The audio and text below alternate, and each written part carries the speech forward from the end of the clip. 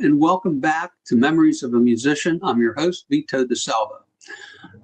Again, we have a great program for you this evening featuring Dr. Rich Boles, who is a drummer primarily, but he was also a dentist in his career.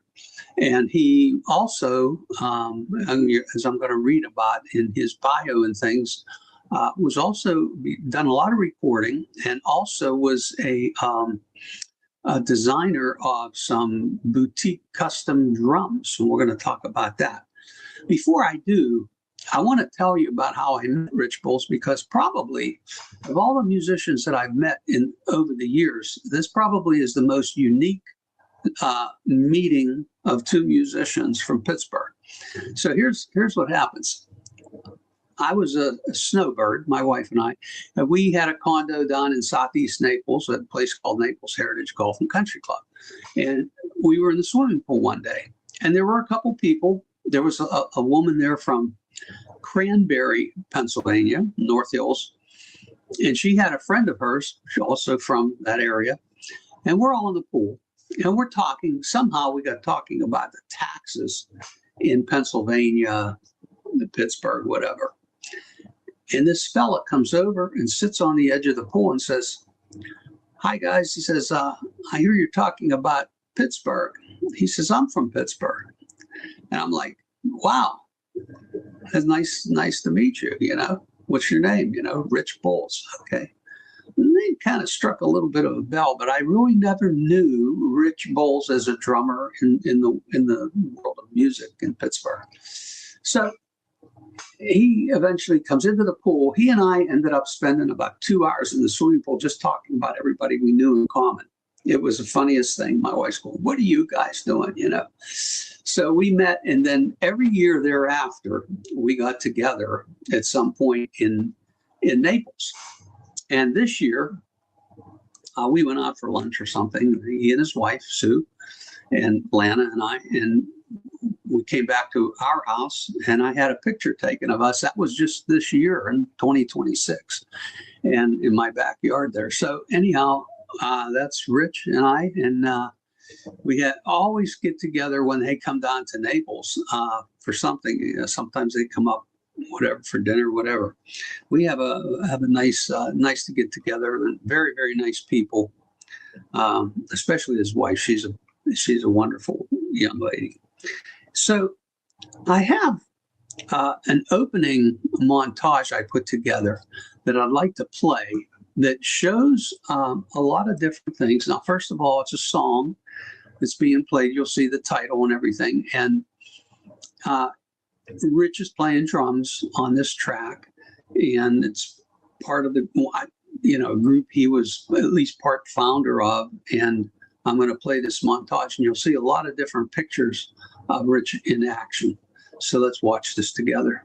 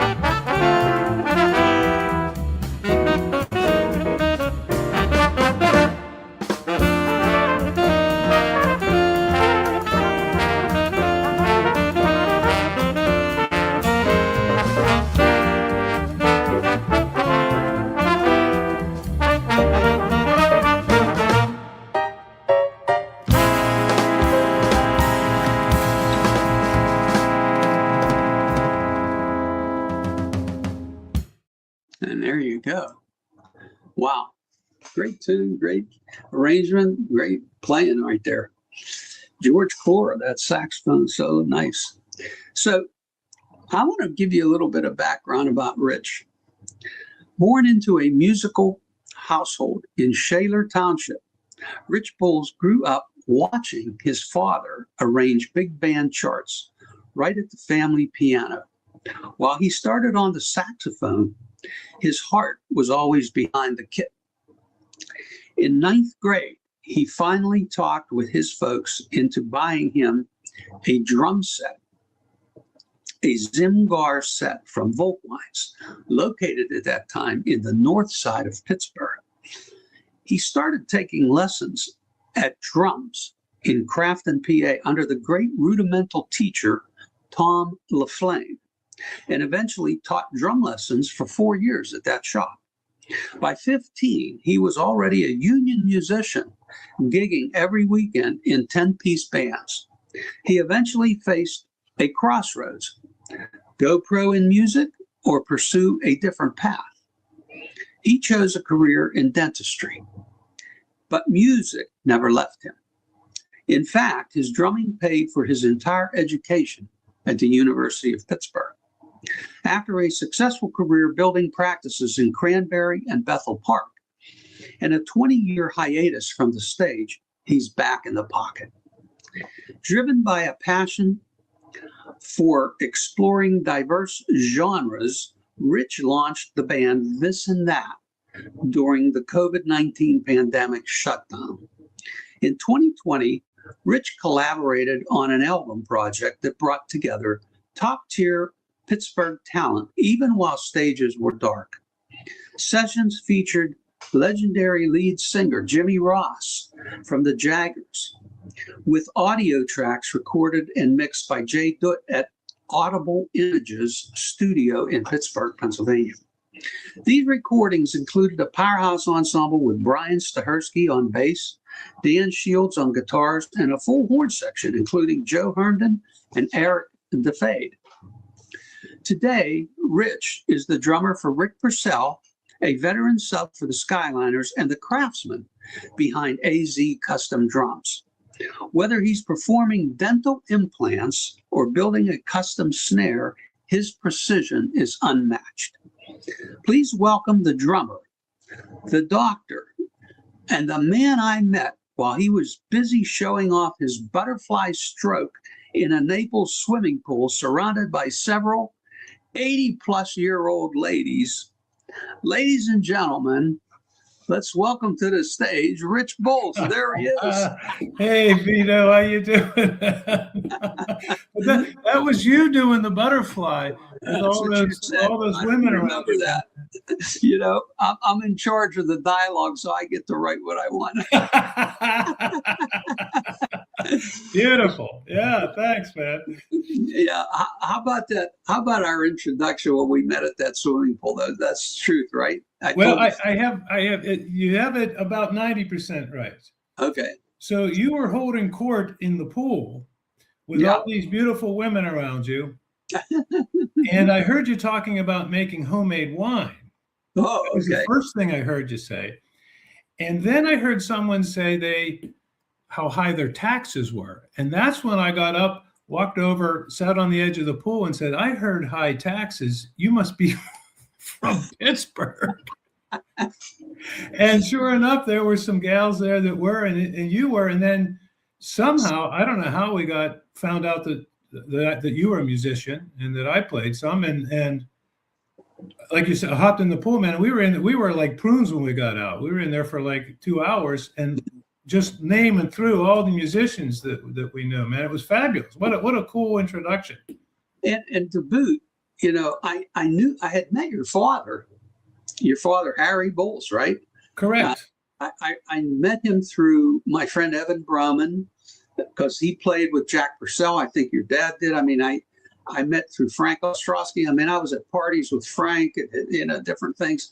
And I know your dad was there. I'd met him a few times, you know. And so, and your name, I knew your name. We never unfortunately didn't have the opportunity to gig together, but right. Yeah. maybe sometime in the future you bring your skins down to Florida. That's a funny story because you wrote skins on the thing, and I said I love that. I haven't heard that term since I was young. I have a cousin who's now, I think he's about 95 years old, and lives in Cincinnati. He's the first cousin, and he played the drums, and he was a big fan of like Stan Kenton and all these, big band things, and introduced me to a lot of the big bands when I was really young, and he called them skins, and he also called them tubs. Yep. He says, Yep. "Hey, I'm gonna get my tubs out." That's what he called. And I haven't heard those words like for years and years. Yeah. That was on the thing. I was like, "Wow." yeah. That was the cool. That was the hipster term for them. Back in the day. Back in the days, right? Yeah, Yeah. that's cool.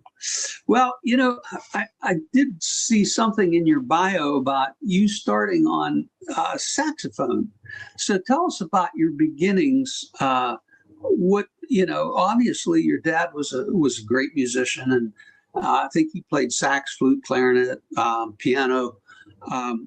Tell us about how, when you started, and I guess the first instrument was it alto saxophone? That's right. So it really started. My dad played all of those instruments, and as you said in the intro thing, he would sit at our family piano in the living room, and he'd have his pencil in his mouth, and he had that. I don't know if you remember it was like a green manuscript, and it had all. And so it was all by hand. Today they've got all the great systems to do it. But and he'd play a chord, and he'd write out all the horn parts, and he just wrote everything out. And then he would have musicians over to the house, like on a Tuesday, Wednesday night when people weren't gigging at the time, and they'd spin records. They'd spin albums. And I'd be a little kid in the corner. I'm like 5, 6, 7 years old. And they'd sit around and listen to these records, and they'd hear someone playing a solo. And they were jazz albums and mainly big bands. Like you said, Stan Kenton. But one of them was Buddy Rich's big band. Okay. And they'd hear these chord progressions and changes, and they'd all sort of like make these little moves like, oh, did you hear that? And they'd want to hear it again. So back then you had to pick the arm up, move it, drop it back down again. And the way they reacted to each other over the music, I said, man, it just hits you right in the soul. It's like, I want to do that. And then of course they were Buddy Rich albums. So I wanted to be a drummer. Yeah. I was 5, 6 years old. But my dad playing saxophone, flute, clarinet, and piano. Naturally, I started on saxophone, and I guess 4th grade is sort of the normal time at that time, in the school band. So I played that actually all the way through junior and high school. I was gigging on drums, but I was playing tenor saxophone in the marching band. Yeah. I have a picture I want to show about that right there. There it is. There you are. Is that a Shaler band uniform? That's Shaler. We were the Shaler. Shaler Titans. Yeah. That was ready for like homecoming parade or something like that. Yeah. Okay. Yeah. And So, it looks like is that a tenor sax, or is that? that was tenor. Yeah, and I always wanted to play tenor, but my dad was like, "No, you're playing alto because that's what I play." So by high school, I was playing tenor. But at that probably a month after that picture was taken, I started playing my first gig. And you mentioned Frank Ostrowski. Yeah. The very first gig I played, I shouldn't have been on because I really wasn't ready. It was at the PAA, and it was Frank Ostrowski and whoever the house piano player was there at that time, and a real good bass player called Ronnie Trail. And Ron helped me a lot, took me aside during the breaks and started helping me get my time down better, And Frank was just a nicest guy, man. He was they treated me really well early on. Yeah. No, he's a great guy. Yeah. And great musician too. And he ended up being the contractor for all the major groups and major stars that came into town. So, but yeah, Frank was he was an important part of the music scene in Pittsburgh. That's for sure. Absolutely. So, at the age of 15, you joined the Musicians Union and started working with big bands. I didn't join the Musicians Union until I moved to Miami, so I was like in grad school. That's when I joined the Musicians Union at the Miami local. But so you're 15 years old, and I have a picture. This is a couple pictures actually. This is the union scale back in 1973. Look at that, man. What is that, like $9 an hour or something? Yeah. Yeah. So if you played a 4-hour gig, you're like making $36. That's right. And at the time, the union had voted to give a special, they were trying to promote more horn players and big bands kind of coming back in that time. And they came up with a special big band rate of $25 for a 4-hour gig. Yeah. But wow. Now, in perspective, yeah, minimum wage was like $1.75. Yeah. You know? So I'm playing 2 nights a week, making $50 a week in 1973. Hello. That was pretty sweet money. So I said the same thing. When I started, it was 1965. Minimum wage was $1.60 an hour. And my band was making $45 a night. We were 3 guys, so it was $15 a man.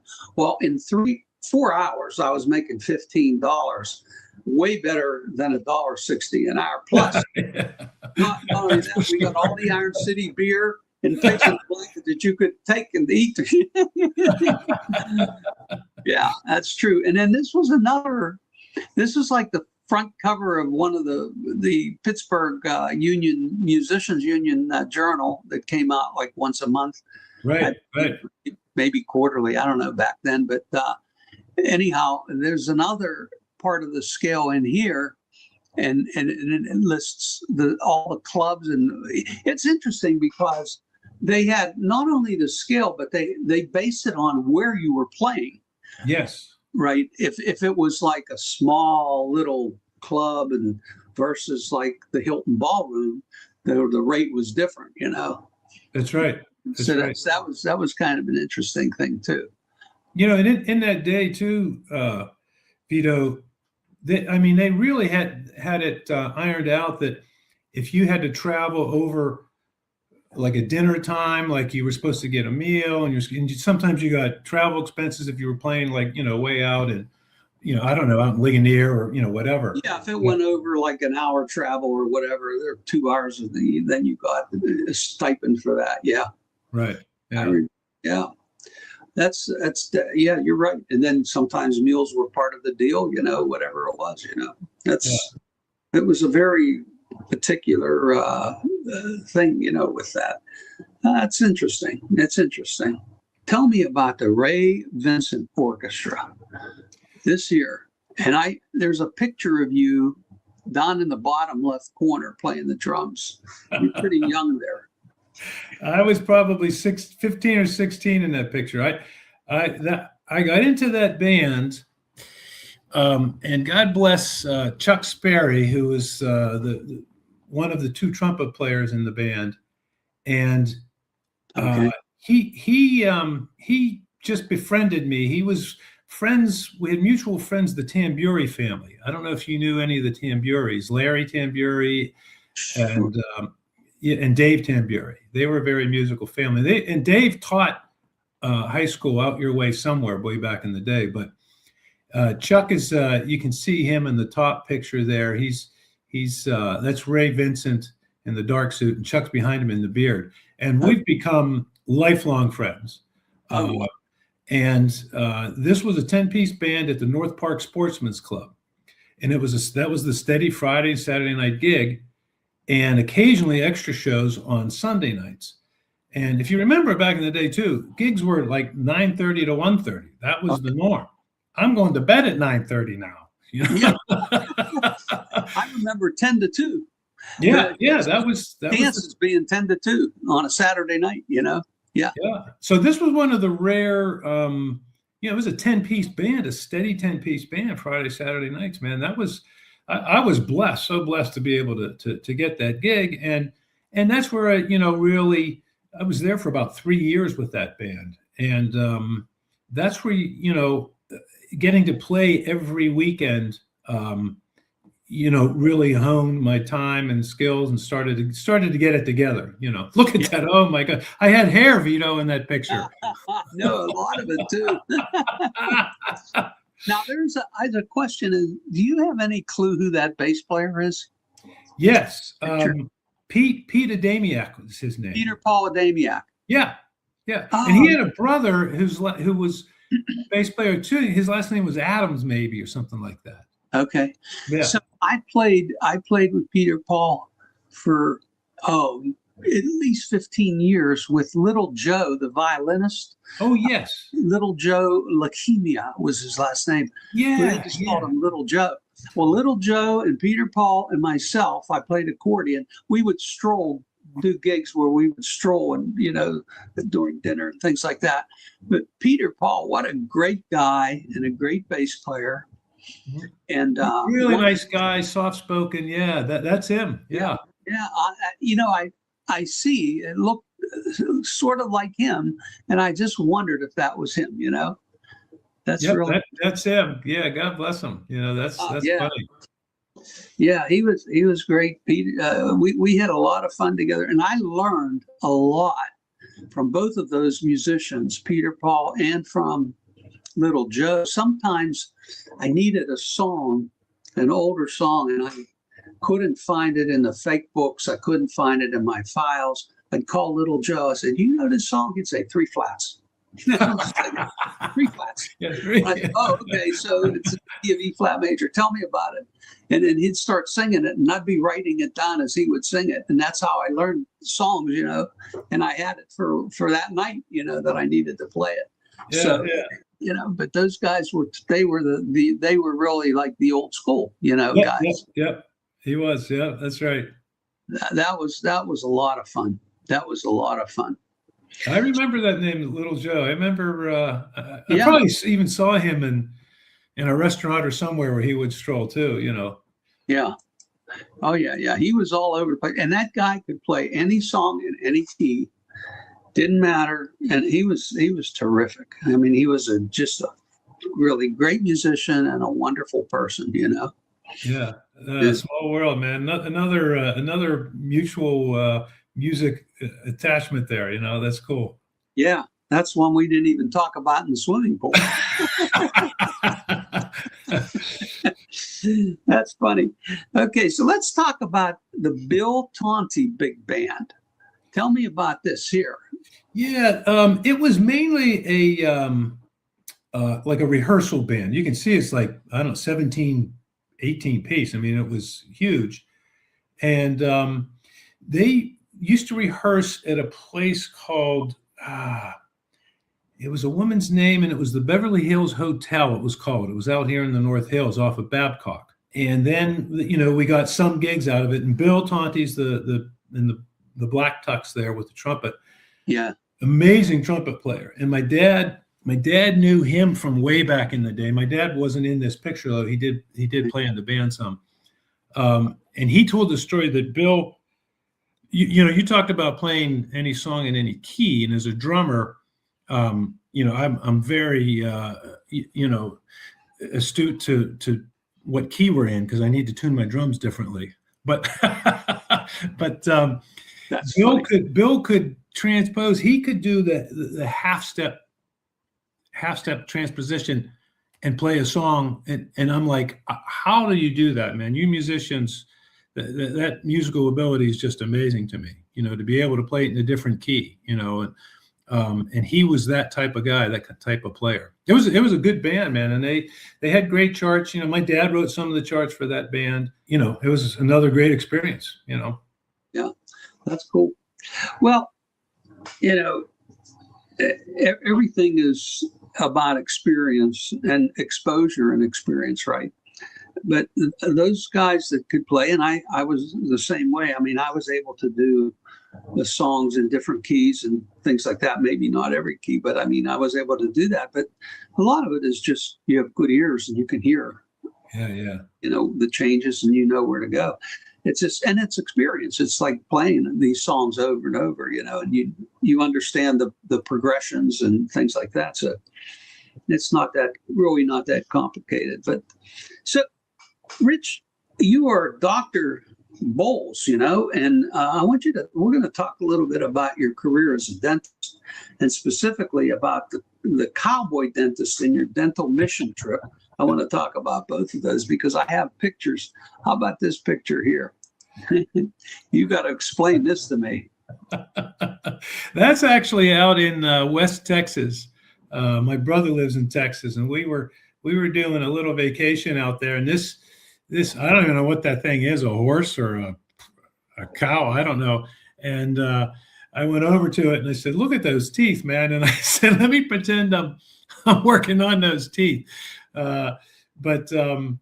Yeah, so you had mentioned, my main story is, making that decision in high school, whether to go into music full time or pursue a different career. And my dad was actually an accountant as well as a musician. So he kept the balance between the two. He played a lot. I mean, he really gigged a lot and wrote a lot. But I didn't even know he had another career. Oh, yeah. And so, it was a tough decision because your heart and love is in music. But, he explained to me that, to really, unless you go into music, playing, performing, or education, which you did, which was so wise, being a great educator and a great musician. I didn't really want to go into that. But my dad explained that to go full time, you're probably going to have to go on the road with shows and with bands, and that makes home life a little more, challenging anyway. And I said, so what should I do, man? And he says, well, you're good with your hands. He said, why don't you be a dentist? I said, okay. That was it. It was literally, that was the whole conversation. And as you meant, we were talking about the scale and all that in the union.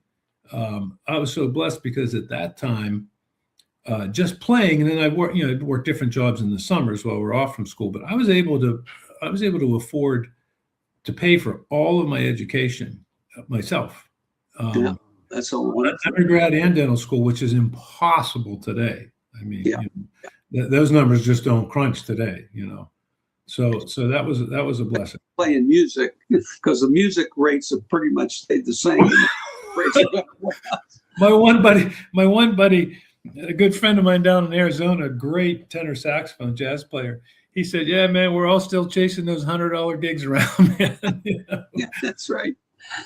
Somebody said that to me recently too. They says, "I said, you playing in that club?" He says, "Yeah." He says, "We get paid the same we did in 1970." It's crazy, it is crazy. I never understood that, but someday maybe I will. I don't know. So I have this picture here, and when you were a dentist, and you were doing some missionary work or something. What's that about? Yeah. The pastor at my church was real involved with a group, a missionary group in Haiti, and they had never done any medical. It was all more education for kids, and setting up schools for kids, because this is the poorest nation in the Western Hemisphere by far, and they're in horrible condition now. It's actually quite dangerous. But that's probably about, 8, 9 years ago. I said, well, hey, does any medical teams go over there? And he said, no, but we kind of got it started. We got a couple other doctors together, and would go over and do a week of missionary work. And that picture kind of explains mostly what I was doing. Oh yeah. Extracting a lot of teeth. And these poor folks, man, they would walk for 2 hours to come see us, Wow. And you don't even have a dental chair. It's just like a chair. It's just a chair. It's just a chair. No wonder my back's bad, man. Yeah. Between drums and dentistry, I was doomed. That's crazy. God bless you. That's wonderful. And then this was, I just had this little sign. This was, which office was this in, Rich? This was so I sold my practice in '07, Okay. and started to work just part-time doing a lot of implant surgeries and general dentistry. That is actually right on Fifth Avenue in Oakland, right in Pitt there. Yeah, beautiful office. There's those beautiful row houses there. Yeah. Great staff. Great. It was. I worked there for 11 years. And Wow. interestingly, selling my practice in '07. I would say without doing that, I don't know that I would have got back into playing, back into music. Oh. But going part-time gave me the time to get back into playing. Uh-huh. And that's when I started making some custom drums as well. Well, that's my next point here, is talking about that, because that was another item that we never got to talk about when we were in the pool together, was the fact that you made custom drums. That never even got into the picture. I was kind of surprised to see that, because I don't know too many people or musicians that get involved. Now, some, you hear like some trumpet players that work with a trumpet company, you know, that they are consultants and they make suggestions about this valve and that, whatever, mouthpiece. Yes. But to really design and create your own drums, set of drums, is pretty, that's a pretty big. And did you have any, my first question would be, did you have any direct where you were actually doing any of the, I know you like work with your hands, but did you do any work yourself, or how did that come about to do that? What motivated you to do that? Yeah. The only thing, what I do is I purchase raw drum shells. So the shells are already made, and they can be all different number of layers, of thicknesses, and then I cut them down to whatever depth we need. Sure. And yeah, I do all of the bearing edges, the router work, I spray real nitrocellulose lacquer on there, do the fading, the dual fades. So I think there was one picture of a set of a kid in there that had fades, and yeah, there we go. That's it. And so the passion for that actually came from the drum shop where I studied with, as you mentioned in the prologue there, with Tom LaFlame, who was a great rudimental drummer. Okay. And he taught you how to breathe and how to you play from your shoulders all the way down through your fingers. He taught you all of that. And he had a fabulous drum shop. It was just called Drums, out in Crafton, PA, and which was the other side of the world from where I was in Shaler. But so I studied with him for a year, and ultimately ended up started teaching there. But he had a whole wood shop in the back of the drum store, where universities and colleges and schools would send their drums to him. He would take them apart, rework the bearing edge, which is like the top of the drum. That has to be so perfect for the head to resonate so perfectly. Right. And at that time, even all the top companies, Slingerland and Ludwig and Rogers, and you would get them in there into the shop and take the heads off, and those bearing edges weren't that great. And he taught me how to work those bearing edges. Wow. And that stuck with me. And so all those years later, right. When I started playing, and I started looking at drums, and I said, man, I can do this, Wow. So you did all that lacquer and that fading of the colors and all that in there. Right. Oh yeah, all of that. Yeah. So it's just a raw tube of wood, when it starts. Yeah. And the hardware on there looks like, is that brass? On that one, that is brass. Yep, that one is. Yeah. That was for a drummer in Phoenix, in Arizona. I made that for a drummer down there. Yeah. So how do you market these drums? Do you market them, or do you sell them through people that through chains of people or? Yeah, mainly word of mouth, but I had a website, AZ Custom Drums. I had a website, but now I also have, in lieu of that, today it seems like people just more, Facebook. So I have a Facebook page for AZ Custom Drums. Yeah, and Okay. still have cats, call. And the only thing is, the drum manufacturing has changed so much that today the drums are a lot better than they were back in the 70s. Okay. And the competition, you can get a drum set, pretty nice looking drum set for not a lot of money, but to make a custom one, there's like that there's hours and hours and hours and hours into making something like that. I can't believe that. Yeah. I have a little, I put together a little video because you sent me several pictures of the drums. So let me play this video Yeah. and let's watch this together.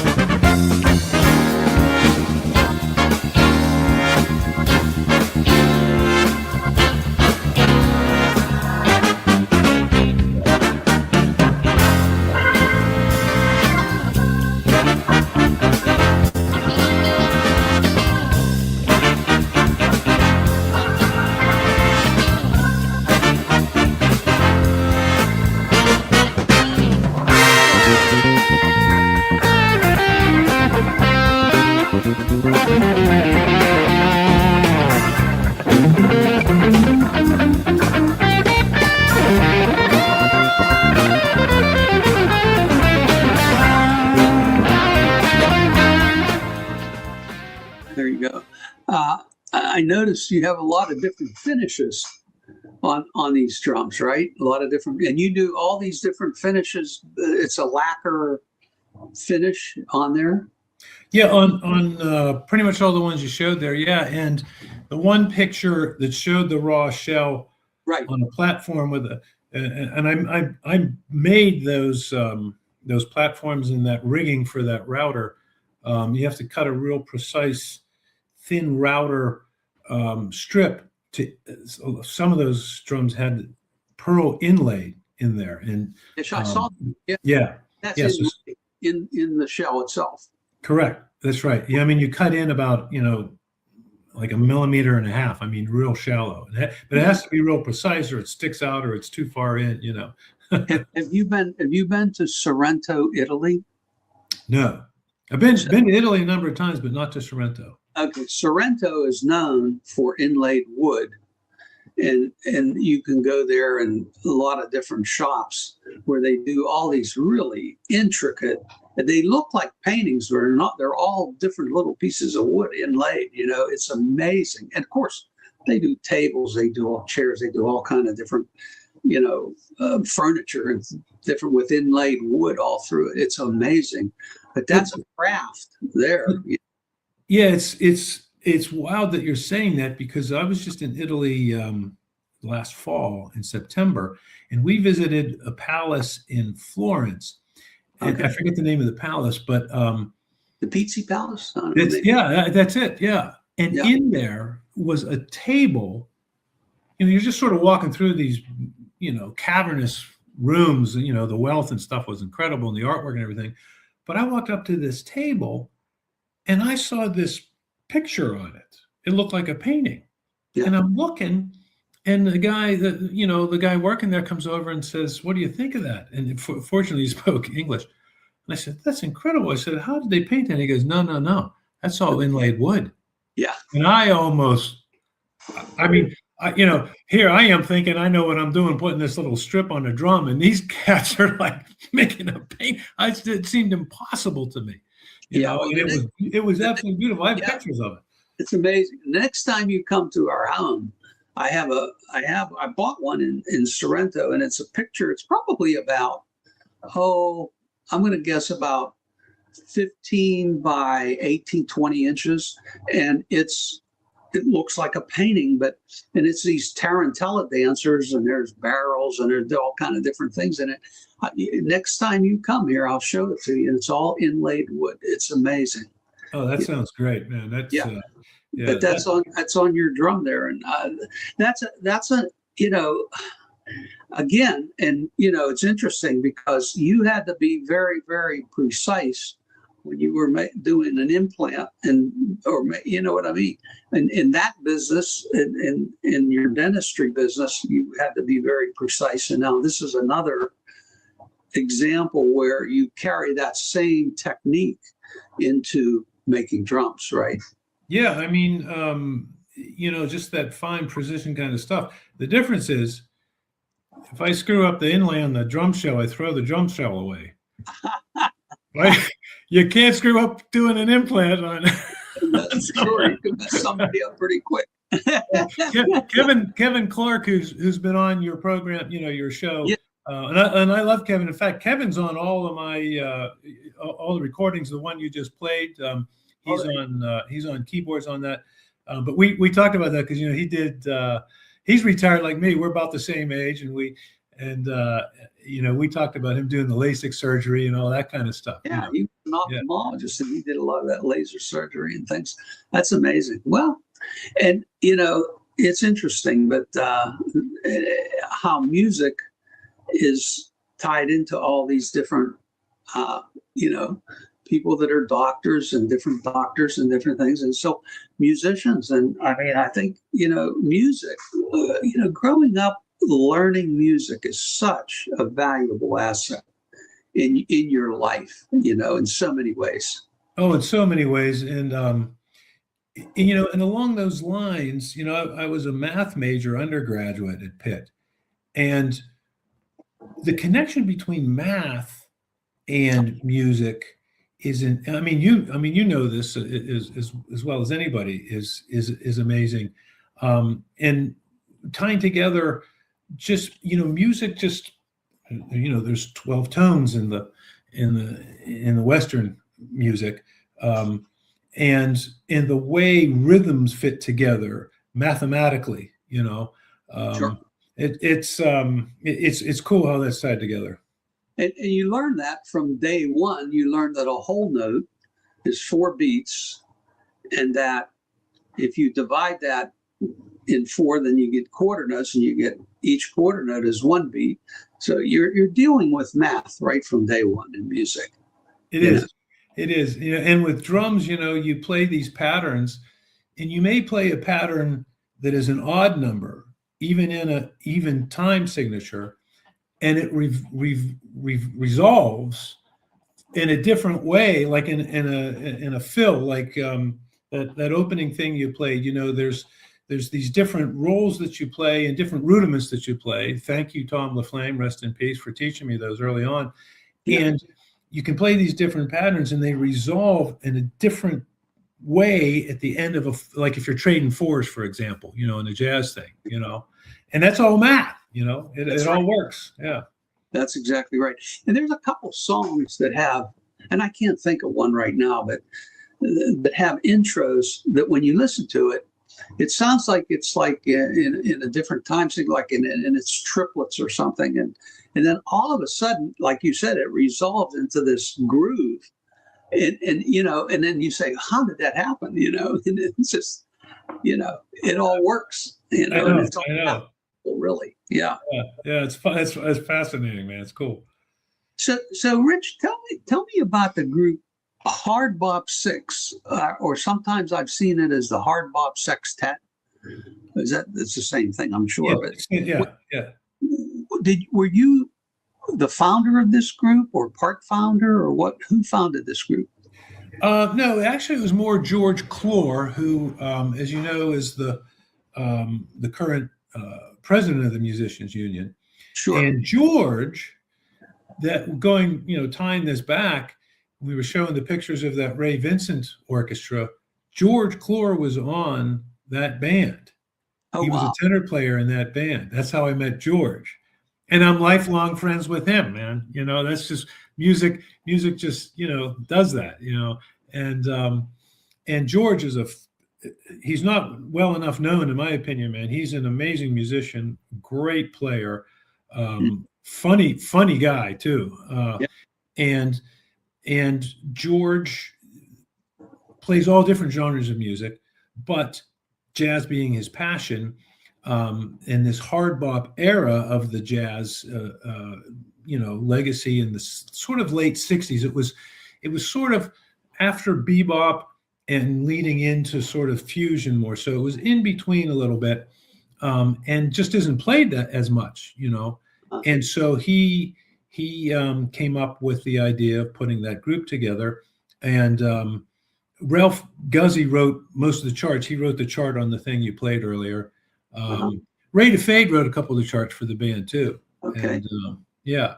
So that's George's group. In fact, we have a gig next weekend with that group. Yeah, it's going to be fun. Yeah. I have a couple pictures I want to show. This is the whole group here. And, you know, I think I know just about everybody. That's George Clore with the tenor there on the left. Yep. And then Ralph Guzzi with the trumpet. And Kevin McManus is going to be a guest in May on my show. Yeah, awesome. Yeah. And then yourself there. And then Brian Stahersky. Yes, that's Brian. Bass player. And then Kevin Clark, Dr. Yep. Clark right there. Yeah. Yeah. So that's the six. Was that the original six guys there? Right? That's the original six guys. Yeah. Okay. The keyboard players, Kevin does most of them, but you know, Rick Purcell will do a number of them. Yeah. And Andy Yelch actually did a couple of gigs with us, and I think you had Andy on your program way back. Yeah. Already, yes, Andy was on here. Yep. Yeah. Yeah. And then I have this picture. I think you guys are on stage. Is that Rick Purcell there playing? That's Rick playing keyboards, and then I guess Kevin. Looks like everybody else there that's on the original group. Well, no, the interesting thing is Kevin McManus plays in it, but that's right. Kevin Clark playing trombone now. He couldn't make that gig. And Kevin Clark, man, are you kidding me? That dude. He sits down and plays piano, and you're going, oh, you got to be kidding me. And he picks up the trombone and like blows you off the stage. It's like, come on, man. That guy's unreal. And he writes, he does arrangements. And you know, I watched your Memories of the Musician with Kevin, and I didn't know that he wrote like that too, man. Yeah, that was holy cow. What a genius cat he is. Again, you wonder where they get the time to do all of this, you know, and it's, you know, some people sit around on a couch and, you know, eat popcorn and drink beer, and other people work and do things, you know, constructive. That's all. That's the only answer I could tell you. I know. Yeah, that's it. Yeah. Right? Yeah. And so it's interesting. And then, of course, this is an album cover. Put it where you want it. That's interesting, and I love that. I love that graphic with putting the notes on the staff. You know, that's a cool idea. Very cool. So that was the Hard Bop Six group, but that was this CD was actually my project. Yeah. So I put the tunes together on that, and it was a lot different. Not as much straight ahead stuff, some Latin stuff, but and I came up. That's my hand. I came up with that idea of, like, you know, putting it where you want it, you know, because that's the first song on the CD. Put it where you want it. And did you come up with the whole album cover design? The whole idea? Yeah, I painted all that. By the way, the other Hard Bop 6 CD cover that you showed, that's a painting that I did. Of the 9th Street Bridge in town. I did it like in a Jackson Pollock style with, you know, drips all over the place. Yeah. So I paint too. I like to do artwork. So I didn't know that. Another thing we didn't talk about in the pool. We we talked about so many things and so many musicians in that pool that day. It's unbelievable. Wow. That was serendipity, man. That was fate, man. That was a yeah, great thing. for sure. And it's funny that all those years that we never really ran into each other or on a gig. Well, it's not surprising because in my case, I had a band, and over the course of 49 years, I think I probably had 5 or 6 drummers in 49 years. And it was rare to have a sub, it was rare, very rare. So it was, and I didn't have the opportunity to go out and play with other bands because I was so busy with my band. So I was just in my little cocoon, so to speak, and I never really, until, I did a little bit of work with the CLO playing accordion, like on Fiddler on the Roof and things like that. And through my friend Evan Bruman, like I met your dad and of course Frank Ostrowski and all the guys that played downtown. I met all those guys just hanging out with them, not working with them, but then eventually I did a little bit. And then, it was just like when I think it was 2007, then was the first time that I went on the road. And of course, it was my first gig was in South Africa. It was like internationally.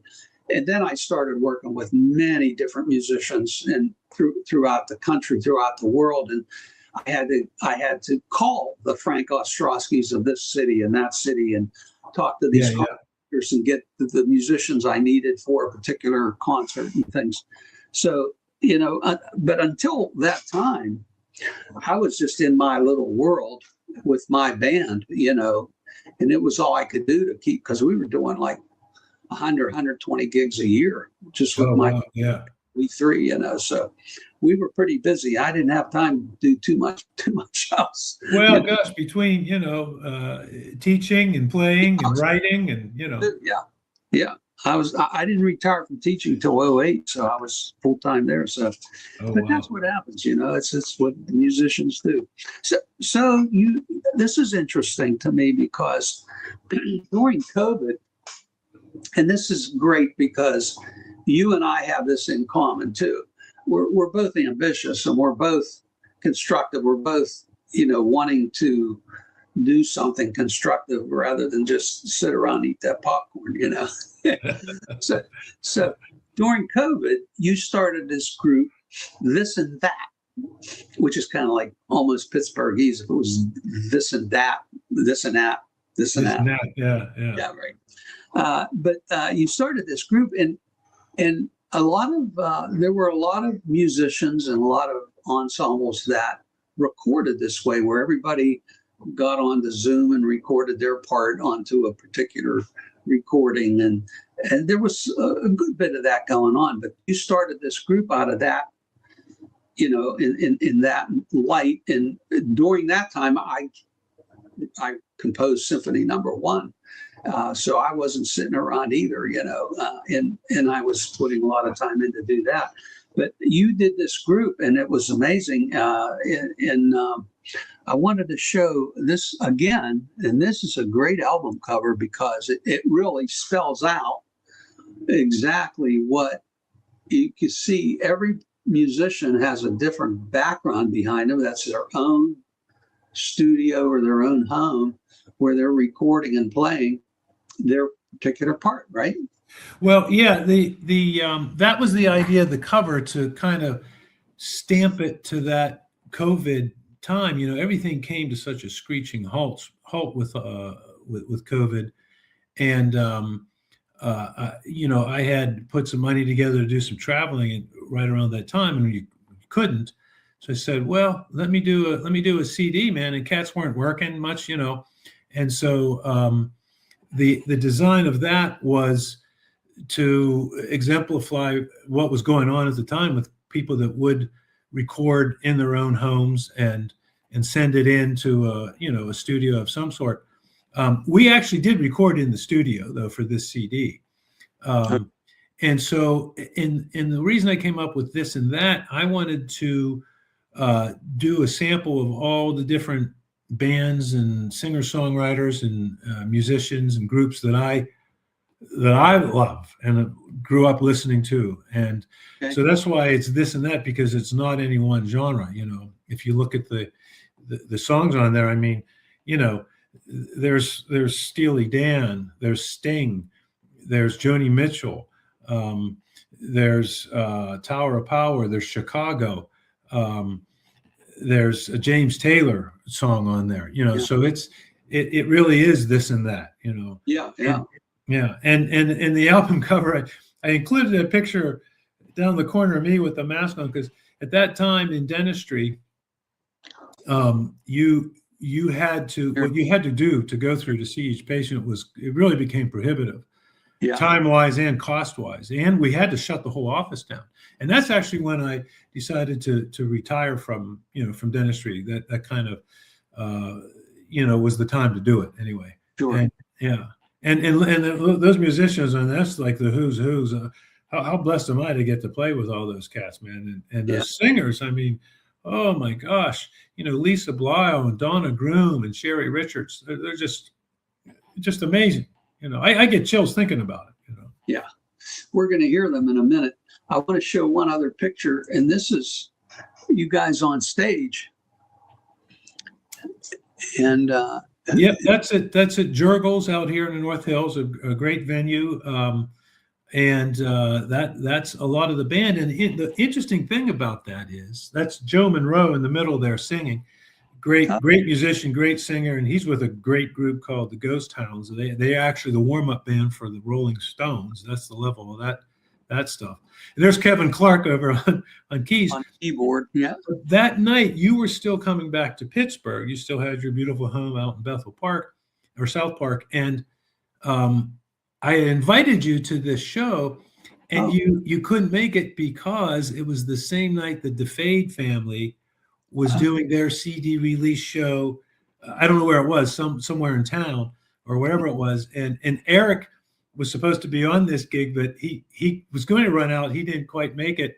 But oh my God, I've got Rick Matt and Clint Blyle and just these amazing musicians. That was like the CD release party for that. Sort of remember that because there were like two main events going on at the same time. Yep. Yeah, I remember, and I went to the DeFade thing. Yeah, that's right. That's exactly right. Interesting. Well, I have a video I'd like to play, and this is a song called Roof Garden, and this is the group right here, and I think you're going to hear Sherry Richards maybe, and Donna Groom could be singing backup, whatever. I think I don't know. Let's watch this.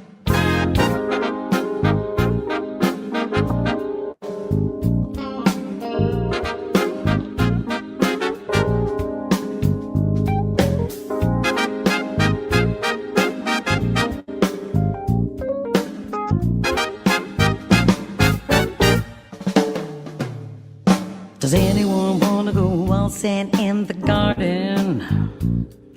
Does anyone want to go dance up on the roof? Does anyone want to go waltzing in the garden? Does anyone want to go dance up on the roof? Well, does anyone want to go waltzing in the garden? Does anyone want to go dance up on the roof? Does anyone want to go waltzing in the garden? Well, does anyone want to go dance up on the roof? On the town, secret evening gown, climb the stairs to that ballroom in the air. Does anyone want to go waltzing in the garden? Does anyone want to go dance up on the roof? Anyone want to go waltzing in the garden? Does anyone want to go dance up on the roof? Anyone want to go waltzing in the garden? Oh, does anyone want to go dance up on the roof? If you dare dream of yesteryear, in the air, do a step with Fred Astaire. Does anyone want to?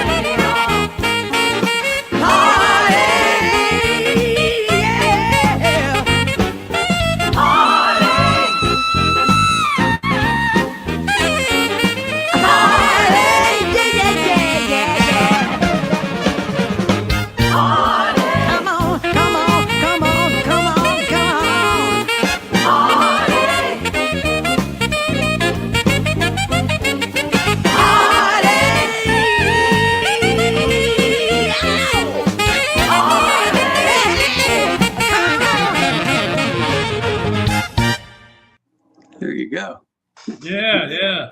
Now for the video, that is when we would all video ourselves at home, Right. and then Ralph Guzzi put that together. So we're all sort of lip syncing in a way. We're trying to play the part to put the video together. But yeah, Ralph did that was another spinoff out of COVID.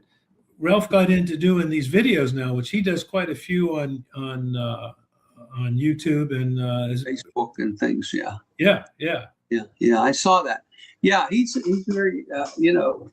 It's interesting you mentioned Ralph because, of course, I knew him from college and things, and his name has showed up probably on 50% of the shows that I've done because of his arranging. He arranges for almost everyone that has a band in town. Very busy guy there, doing a lot. Yeah, and he's amazing. And when we're in the studio, like someone will say, man, is that supposed to be an F sharp? And I'll say, man, is that B? And he'll go, oh no, that's what it is. And are you sure? He goes, oh no, that's it. And he's right. He's right. I think he may have been one of the first people that you asked me if I knew. I think so. If I knew Ralph, I said, yeah, of course I knew Ralph Guzzi, and then you, I think you called him like before you left the pool area after we got out of the pool and things. And I said something and you said, I already talked to Ralph, and told him when I saw you here, Yeah, I did. That's right. Yeah. I think we might've been in the process of final production of that CD when I met you. And that's why I was probably even talking to Ralph about, some stuff on, the final mixing and stuff like that. Yeah. So tell me, do you have any stories you'd like to share? I mean, you've had such a career between dentistry and then, of course, building drums, and then also you're playing and performed with a lot of different musicians and groups over the years from the time you were 15 years old. Are there any interesting stories you'd like to share, good, bad, or ugly? Well, the main one is all the gigs you play, and the New Year's Eve, like when it would be snowing like crazy and you're sliding down the road in those old cars and my drums are rattling in the back.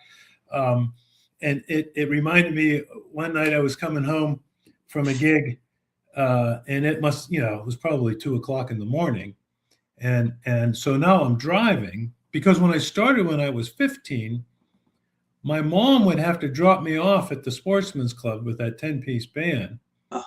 And my dad would finish his gig and come out and pick me up because I wasn't driving yet. Sure. And so it became, God bless my parents, for doing that, that really encouraged me. But I was in the high school marching band at Shaler. And the one story I'll share real quickly, Shaler had lights back then, and a lot of the high schools didn't. So our home games were Friday nights. Oh, okay. And I had my gig, and we started at 9:30. Well, I would take my drums out after school and set them up, and I'd come back, and we're playing the halftime show. And by senior year, I'm the lead snare drummer, so I'm sort of helping set the time. And I'm looking around the drum, and I said, I'm looking at my watch. The first half went a little too long in the football game. I said, we're playing this a little faster than usual. And I said, here we go. Click, click, click, click. We start. And I'm looking at my watch, and I'm going, I ain't going to make it. And I marched off. Can you imagine this? I marched off of the football field with my snare drum, playing it while the band's, doing their formation over here. I marched right off, took my drum off, put it down, ran to my car, and went to the gig. So Monday morning, Mr. Moroz was our band director. He comes up to me, he says, Rich, you can't do that. I said, I know, Mr. Moroz, I'm sorry. He goes, you're out of the band. I said, okay, Mr. Moroz, I'm so sorry. Tuesday, he comes in, he goes, Rich, I need you back in the band. You're back in the band. What memories, man, like marching at a football game and driving to a gig, and I'm playing with professional musicians. I mean, how blessed was I to get to do that? That's incredible. It's insane. Yeah. Yeah. That's Yeah. funny. Yeah. Well, I was 14 when I started my group.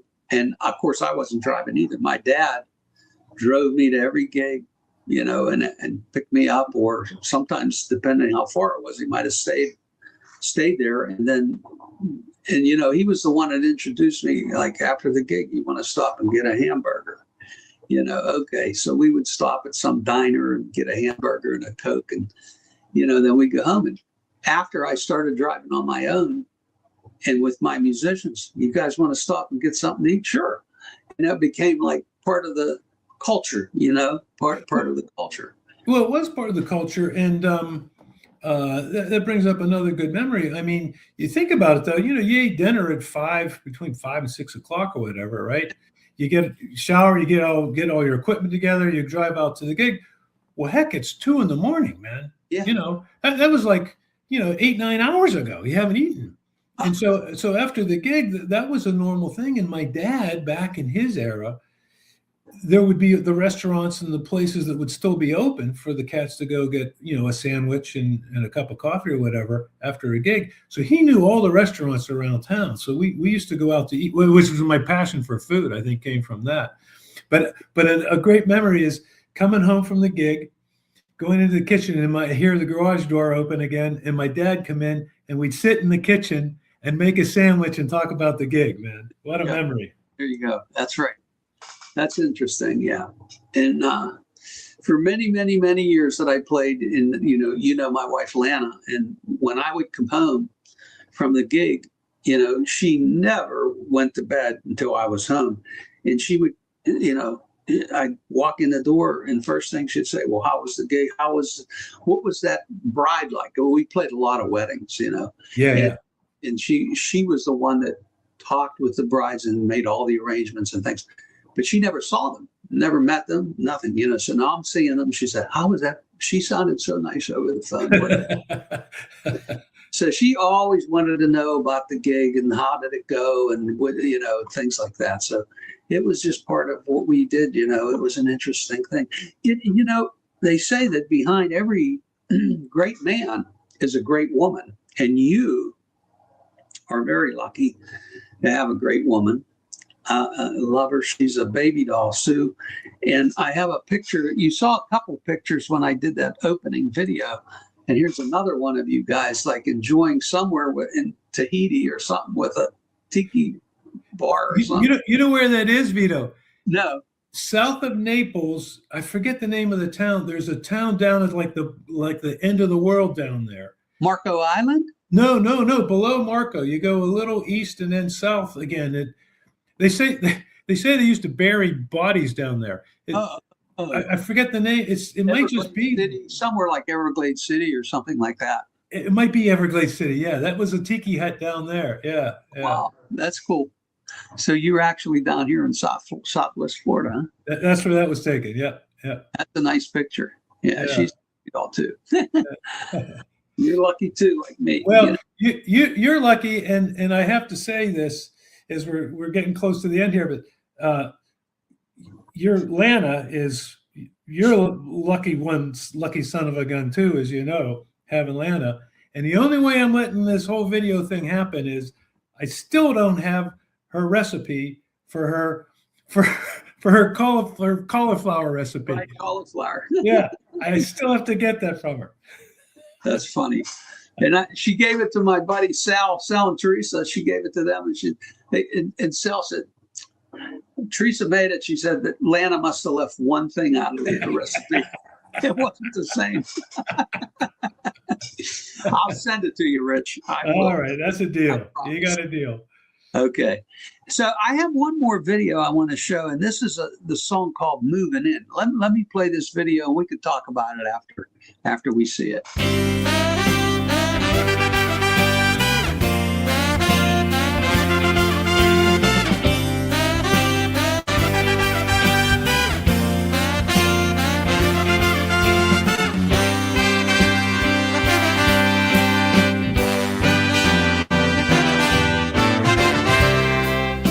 We know it's hard for you to see that this is all we want to be. A constant urge within us grows. We know it. To do the things we propose. We know it.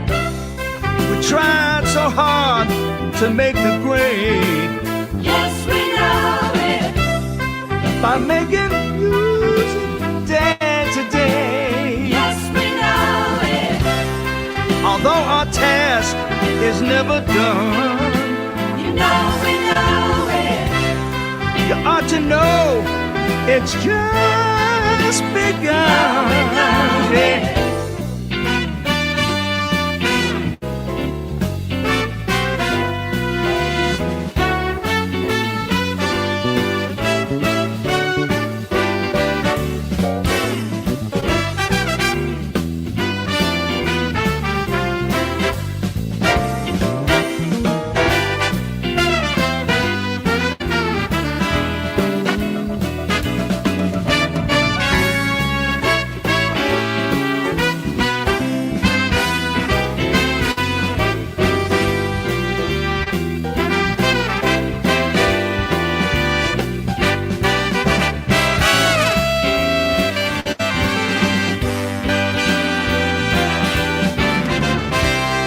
And now it's time for us to say, but most of all, we like to play a song or two that makes you feel We know it. like all the good in you is real. Yeah. We know it. Together now, we've lots to hear. Yes, we know it. To warm my heart, to shed a tear. Yes, we know it. So come on, listen, if you choose, You know we know it. and feel the joy you'll never, never You lose. know we know No. it. Everybody, please give a listen now. Everybody, listen.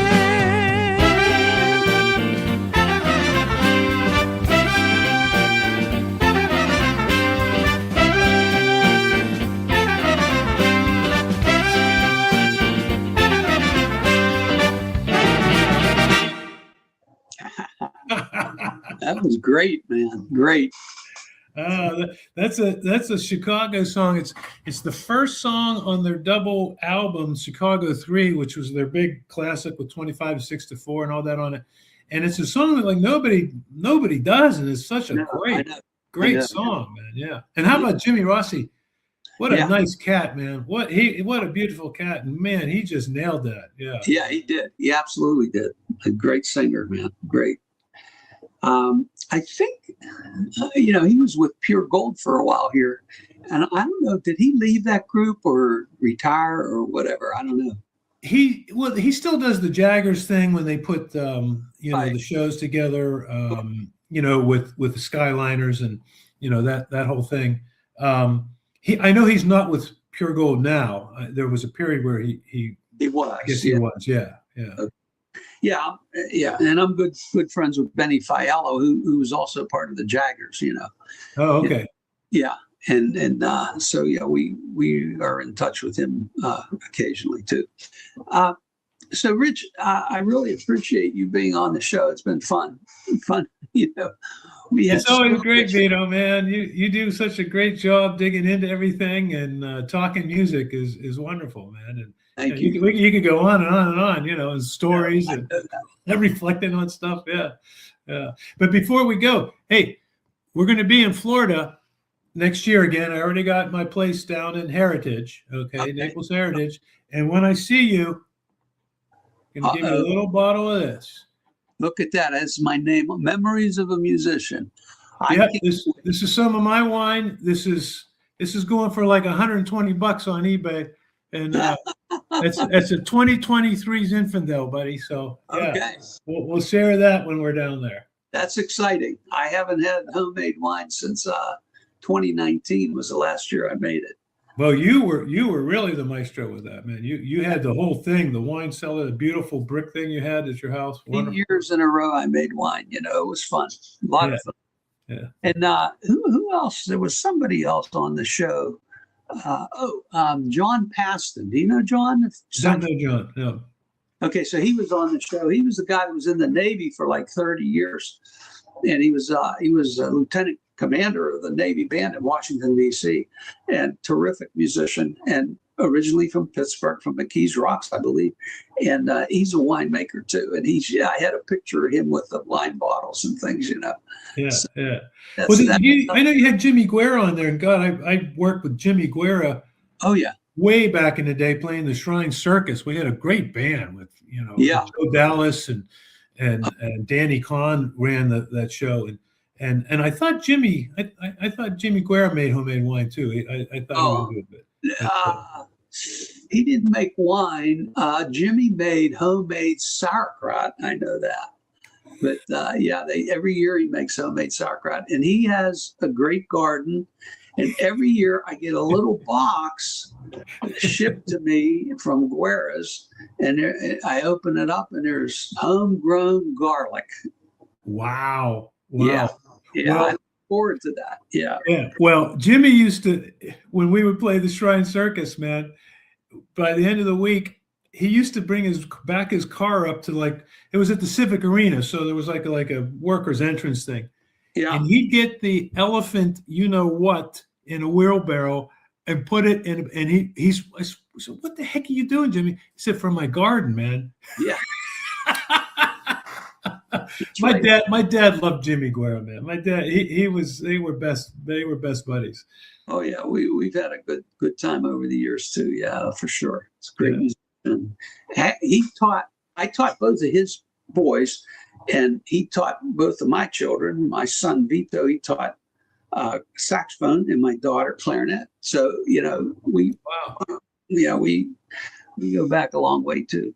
So it was really great having you on the program, Rich. I appreciate your time, and I appreciate all the great stories and all that you've done in your career. It's been great. Yeah, man. Thanks so much for having me, Vito. Man, this was a blast. It was cool. Cool. I'm glad you enjoyed it, and look forward to seeing you again in Florida for sure. We'll open that bottle of vino together, buddy.